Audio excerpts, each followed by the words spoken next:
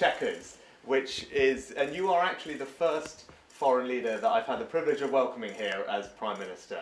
And there's a lot of great history here. In fact, this room that we're standing in, Winston Churchill made many of his famous speeches in World War II from this room. And in the same way today, your leadership, your country's bravery and fortitude are an inspiration to us all. I look forward to us discussing what more we can do to support you and your country. First of all, thank you very much. You supported already a lot for us. You did a lot, your government and His Majesty, the King, and of course your people, your society. We're very thankful from all our hearts, from Ukrainians, from our soldiers. We are thankful. And it's a privilege to be here. Yes, the first time. You said not the last? Definitely not the last. So we, of course, we'll discuss very important issues, urgent support for Ukraine and security. For, I think not only for Ukraine, it's important for all of Europe. So thank you that you hosted me and invited me. Well, it's great to have you here, my friend. Thanks for being here. Thank you, everyone. Thank you. Thanks, cameras. Right. So, you know what? Let's go and I thought we're going to sit in my... It's really a privilege and a pleasure to welcome my friend Volodymyr back to the UK. The conflict is a pivotal moment. Ukraine is bravely defending itself against Russian aggression, but at this moment it's been really good for us to have the time to talk together in private about the support that the UK is giving and how we can make sure that that support is not just here for today but into the future as well, to ensure that Ukraine and its people triumph not just on the battlefield militarily but also stand up for those values of freedom, democracy and the rule of law that we all hold very dear. We've had some very good conversations and Volodymyr, it's great to have you here. Thank you very much.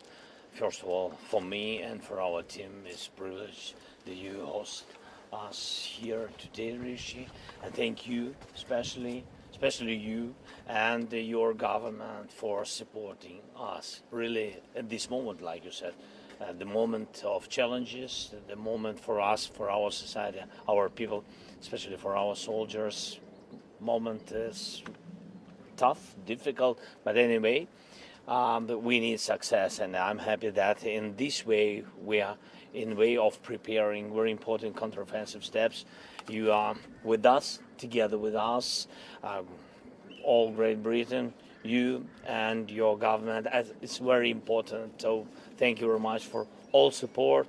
Of course, with you know all this best attitude to our people from your people, but of course we concentrate on military support. And thank you very much for this package that you prepared. Great, huge, really what can save the lives for our people. Thank you so much. Well, thanks, Volodymyr. When Volodymyr was last here some months ago, I talked then about the provision of long-range weapons because of the capability that they would offer. I'm pleased we're the first country to be able to do that, and I'm pleased that they will make a difference to the defence of Ukraine, and we will keep providing support, as you've seen today, with long-range offensive drones, for example, more anti-aircraft, and there will be further support to come, and that's what we've been talking about today. But I think it's important for the Kremlin to also know that we're not going away. Right? We are here for the long term. We remain steadfast in wanting to defend Ukraine, not just now to reclaim its rightful territory, but also to ensure that Ukraine has the means to defend itself into the future as well. And that's another topic of conversation that we've had today, is about the security arrangements that we should put in place amongst allied countries for Ukraine for the long term to ensure that it can defend itself and provide effective deterrence against future Russian aggression. President Zelensky, when you were last in the UK, you made a plea for Western fighter jets. How are negotiations going? And Prime Minister, where does the UK stand on that matter? Thank you very much. Today we spoke about the jets, very important topic for us, because we can't control the sky, you know it. So I think you know everything deeply, because we're real partners. Rishi knows all the details, what's going on our battlefield. Thank you very much. And we want to create this jets coalition, and I'm very positive with it.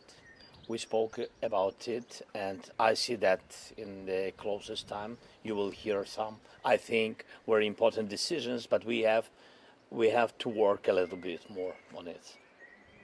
Yes, look, we are going to be a key part of the coalition of countries that provides that support to Volodymyr and Ukraine. Now, it is not a straightforward thing, as Volodymyr and I have been discussing, to build up that fighter combat aircraft capability. It's not just the provision of planes, it's also the training of pilots and all the logistics that go alongside that. Now, the UK can play a big part of that. One thing we will be doing, starting actually relatively soon, is training of Ukrainian pilots, and that's something that we've discussed today. We're ready to implement those plans in relatively short order, which will mean that we're training Ukrainian citizens to become absolutely combat-ready aircraft pilots, and particularly whether it comes to NATO tactics as well, because that's an important part of the long-term relationship between our countries. So we've had very good productive discussions on that today. Other countries are involved. I'm talking to those leaders. I'll be doing more of that this week in my international engagement, and we're very keen to build that coalition of countries to give Volodymyr and his people the aircraft support that they need. No, thank you, Rich. Fantastic. All right, thank you very much, everybody. Thank you very much. Thank you. So much. Дякую. Дякую.